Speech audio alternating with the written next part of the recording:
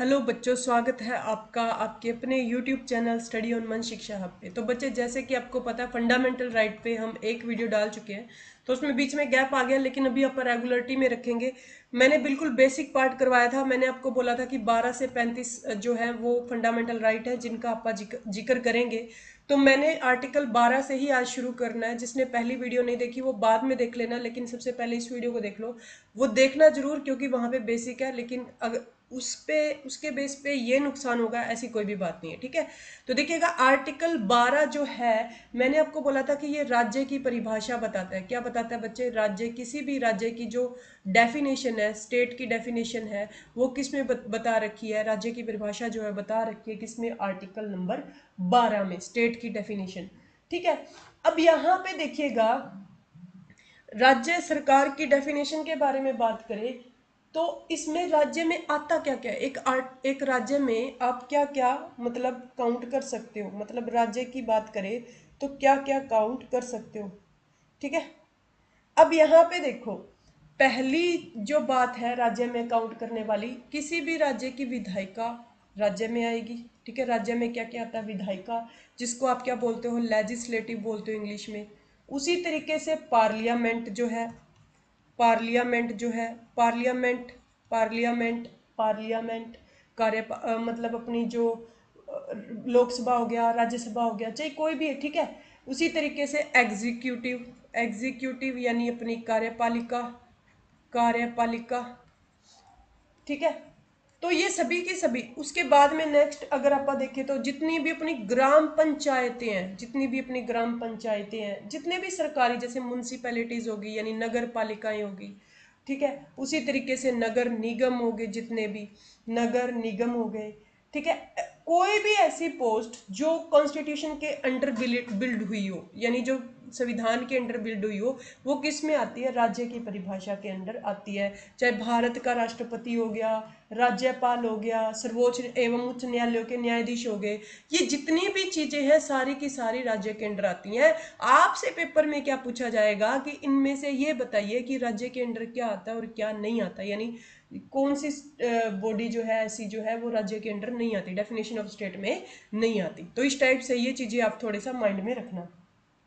ठीक है, तो आर्टिकल 12 में इन सब का ही मतलब जिक्र कर रखा है कि ये सारी की सारी चीजें किस में आती है? राज्य में आती हैं। उसके बाद चलिएगा, आर्टिकल नंबर 13 की बात करते हैं हम लोग। आर्टिकल नंबर 13, आर्टिकल नंबर जो 13 है वो मतलब ये बोलता है कि अगर कोई भी रूल ऐसा संसद बना देती है कि जो अपने फंडामेंटल जो राइट हैं उनको ओवरलैप करे, ठीक है, उनको उल्लंघन करे, तो ऐसा जो राइट है वो नल माना जाएगा, वॉइड माना जाएगा, उस वो मान्य नहीं होगा, उसको शून्य माना जाएगा। आर्टिकल, अगर आपसे पेपर में पूछा जाए कि ऐसा कौन सा आर्टिकल है जो मौलिक मतलब भी संसद को मौलिक अधिकारों को मतलब भी ओवरलैप करने की परमिशन नहीं देता, तो आंसर क्या आएगा? Article number 13। समझ में आई इतनी बात? उसके बाद में इसके लिए क्या किया जा सकता है? अगर ओवरलैप होता है तो अपना जो एससी है यानी सर्वोच्च न्यायालय, सुप्रीम कोर्ट है, उसमें आप जुडिशियल रिव्यू दे सकते हो। क्या दे सकते हो बच्चे? उसमें आप जुडिशियल रिव्यू दे सकते हो, ऐसा आर्टिकल नंबर 13 बोलता है, यानी न्यायालय की शरण में जाया जा सकता है। ठीक है, अच्छा, पहले मौलिक अधिकार थे अपने कितने कितने थे भाई साहब? 7 थे, लेकिन वर्तमान में मौलिक अधिकार 6 है। ठीक है, और आपको पता है कि जो संपत्ति का अधिकार है वो एट प्रेजेंट फंडामेंटल राइट में नहीं है, है ना? तो अब कौन से हैं? पहला लिखते हैं राइट टू इक्वेलिटी, हिंदी में भी बताएंगे, ध्यान से सुनना। Right to equality, right to equality, equality यानी आप बोल सकते हो इसको समानता का आधार। मेरे ख्याल से आप इसको भूल जाते होंगे, है ना, लेकिन आज आपको याद करवाया जाएगा, बस उसको 4-5 बार मेमोराइज कर लेना, कभी नहीं भूलोगे। राइट टू इक्वेलिटी, समानता का अधिकार, आर्टिकल नंबर 14 से लेकर 18 तक, आर्टिकल नंबर 14 से लेकर 18 में इसका जिक्र है। सेकंड है जी अपना right to freedom, right to freedom, इसे आप कह सकते हैं स्वतंत्रता का अधिकार, स्वतंत्रता का अधिकार, इसे आप क्या बोल सकते हैं बच्चे? इसे आप बोल सकते हैं स्वतंत्रता का अधिकार। यानी ये आर्टिकल नंबर 19 से 22 में आता है, 19 से 22 में। ठीक है, नेक्स्ट है बच्चे राइट अगेंस्ट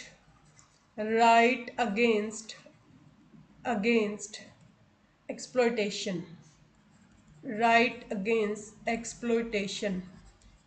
अगेंस्ट एक्सप्लॉयटेशन यानी शोषण के विरुद्ध अधिकार, शोषण के विरुद्ध अधिकार, शोषण के विरुद्ध अधिकार। शोषण के विरुद्ध अधिकार की बात करें तो बच्चे ये आता है आर्टिकल नंबर 23 से 24 के अंडर, आर्टिकल नंबर 23 से 24 के अंडर। फोर्थ जो है अपना वो है बच्चे अपना आर्टिकल मतलब जो फंडामेंटल है right to freedom of religion. ये अपन नेक्स्ट पेज पे लिखते हैं, एक second. Right to freedom of religion, right to freedom of religion, यानी धार्मिक स्वतंत्रता का अधिकार, धार्मिक स्वतंत्रता का अधिकार, तंत्रता का अधिकार। याद करवाएंगे आपको प्रॉपरली, बिल्कुल भूलोगे नहीं कि, और यहाँ से क्वेश्चन जरूर आता है, ये एक ऐसा टॉपिक है। ठीक है, आर्टिकल नंबर 25 से लेकर 28 के बीच में इसका जिक्र है। उसके बाद में पांचवा जो है अपना बच्चे वो है cultural and educational right, cultural and educational right, cultural and educational right. Cultural and educational right की बात करें तो आर्टिकल नंबर 29 to 30। ठीक है, सांस्कृतिक एवं शैक्षणिक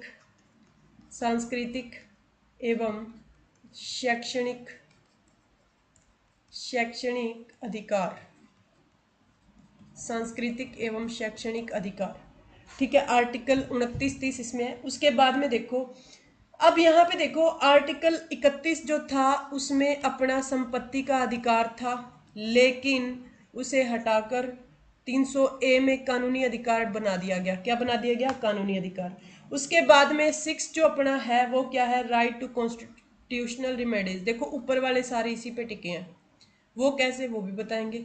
राइट टू कॉन्स्टिट्यूशनल रेमेडीज, इसको हिंदी में बोलेंगे संवैधानिक उपचारों का अधिकार, संवैधानिक उपचारों का अधिकार, संवैधानिक